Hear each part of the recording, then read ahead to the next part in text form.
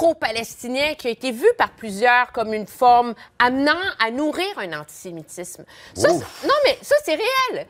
Je veux dire, je sais que vous n'aimez pas quand on vous pose cette question-là, mais il y a une énorme communauté séfarade ici qui est interpellée par ça et qui m'en voudrait si je ne vous la posais pas, cette question-là. Je le comprends. D'autant que, si vous voulez, c'est une campagne mondiale du Likoud contre tous ceux qui se prononcent contre la politique de M. Netanyahou, qui a un gouvernement d'extrême droite. Ça, nous savons tous.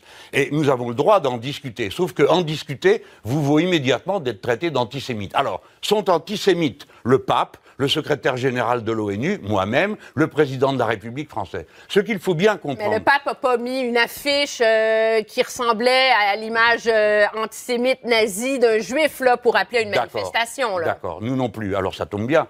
Ben, c'était une manif organisée par votre parti. Non, ce dont vous me parlez, c'est d'un comment on appelle ça, d'un visuel. Mais écoutez, madame, tournons pas autour du pot, à moins que vous vouliez jouer le journaliste français. Je ne veux pas faire ça. Il fallait que je la pose. Mais moi, je veux répondre justement. Vous dites qu'il y a une grande communauté séfarade.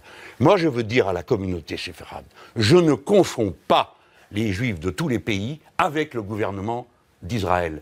Et nous avons le droit de critiquer M. Netanyahou, surtout quand il commet ce que nous appelons un génocide, un massacre de masse. Et je suis persuadé que la masse des personnes que je connais, membres de la communauté séfarade, n'aiment pas qu'on massacre et ne se sentent pas représentés. Il faut qu'ils acceptent l'idée que la critique que nous faisons, peut-être des fois, comporte des maladresses d'expression, où on n'est pas assez attentif. Ok, je veux bien entendre.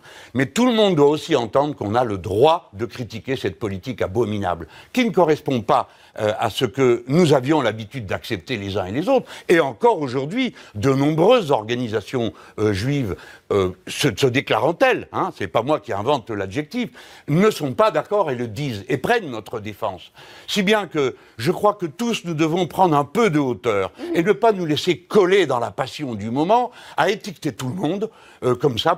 Vous savez, il y a bien assez d'antisémites, c'est pas la peine d'en inventer d'autres.